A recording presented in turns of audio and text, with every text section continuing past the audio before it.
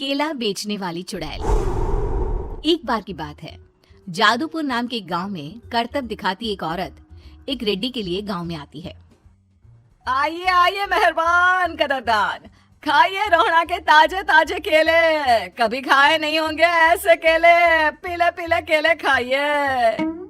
ये कहकर रोहना हाथों में 4 केले लिए उन्हें सर्कल में जोर जोर से हवा में उछालती हुई करतब दिखाती है, जिसे देखकर आसपास के सारे बच्चे अपने अपने मम्मी पापा से उस औरत के पास जाने की जिद करने लग जाते हैं।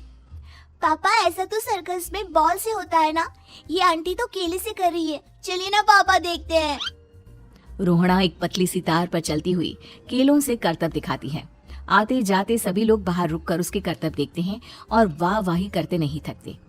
जैसे ही एक आदमी पास आकर उसे पैसे देने लग जाता है, तब वो कहती है, अरे नहीं नहीं साहब, मैं करतब तो बच्चों के मन को बहलाने के लिए करती हूँ। धंधा तो मेरा केले का है। पीछे देखो मेरी रिड्डी, जो भी मेरे केले खाएगा मेरी तरह चुस्त दुरुस्त और तंदुरुस्त हो जाएगा। पता चलता है क्या कि मेरी उम्र 55 की है।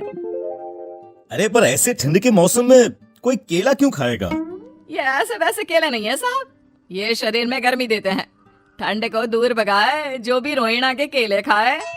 पापा, अगर मुझे केले नहीं मिले तो मैं घर नहीं जाऊंगी। तभी उसके पापा कहते हैं कि बेटा, केले ठंड में कभी गर्मी नहीं देते। ये सब कहने की बातें हैं, सामान बेचने का तरीका है इनका। पर पिंकी नहीं मानती। मैं केले खाऊंगी। पिंकी की जिद के आगे नत्थू हार जाता है और उसे केले खरीद कर दे देता है।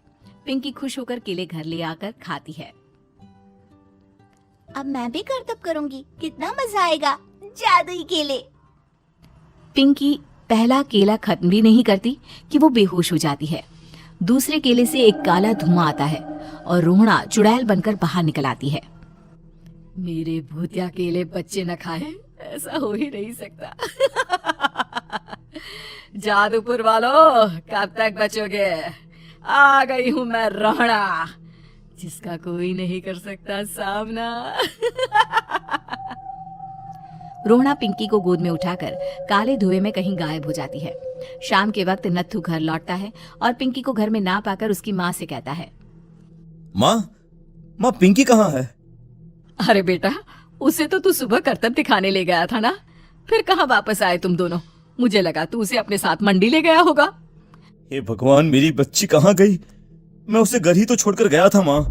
नत्थू गांव के घर कोने में अपनी बेटी को ढूंढता है, पर उसे वो कहीं नहीं मिलती। परेशान होकर आखिर रो रो कर नत्थू हिम्मत हार कर घर लौट आता है। अगली सुबह रोहना फिर से करतब दिखाने आती है और इस बार पिंकी की तरह रोनी केले खरीद लेता है। 50 रुपए दिए थे पापा ने, सारे पैसों की मैंने केले खरीद लिए हैं। अब मैं भी आंटी की तरह ही करतबबाज बन जाऊंगा।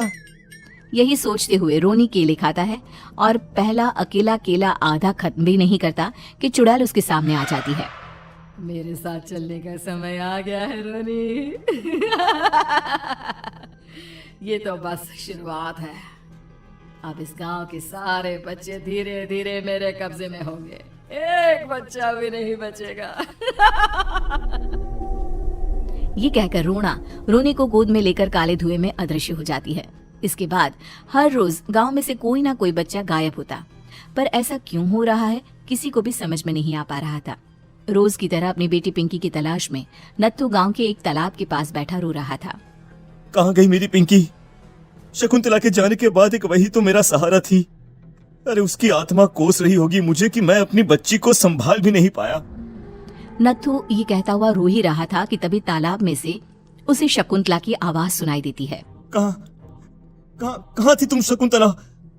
हमारी बच्ची और सारे गायब हुए बच्चे रोहना के कब्जे में हैं। वो बच्चों को जो केले देती है उससे बच्चे बेहोश हो जाते हैं और उसके कब्जे में आ जाते हैं और वो उन्हें ले जाकर काली दुनिया में ले जाती है। पर वो ऐसा क्यों कर रही है? ये मैं नहीं जानती, पर उस दुनिया का रास्ता मैं आपको बता सकती हूँ।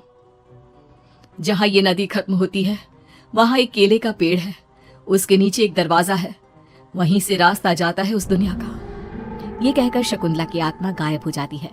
गांव के सभी लोग झुंड बनाकर उसी रास्ते से काली दुनिया में चले जाते हैं और वहाँ देखते हैं कि सारे बच्चे वहाँ काम कर रहे थे।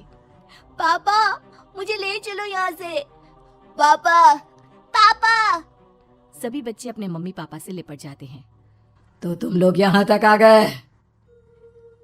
क्यों हमारे बच्चों को पकड़ लिया तूने?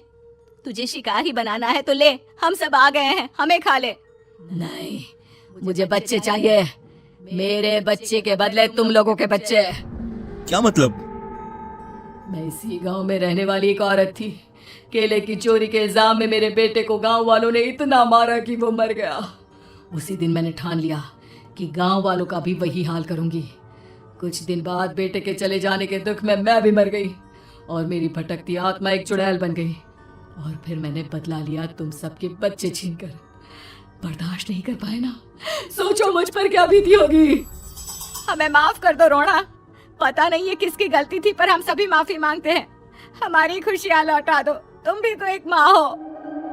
गांव वालों की बात सुनकर रोना का मन पिघल जाता है और वो बच्चों को छोड़ देती है। उसके बाद काली दुनिया बच्चों के लिए जादुई दुनिया बन जाती है। अब कोई भी कभी भी वहां आ जा सकता था। उम्मीद है कि आपको हमारी ये कहानी पसंद आई होगी। कृपया हमारे चैनल को सब्सक्राइब करें और सभी अपडेट्स के लिए बेल आइकन जरूर क्लिक करें। और हाँ, वीडियो लाइक और शेयर करना मत भूलिएगा। Bye bye.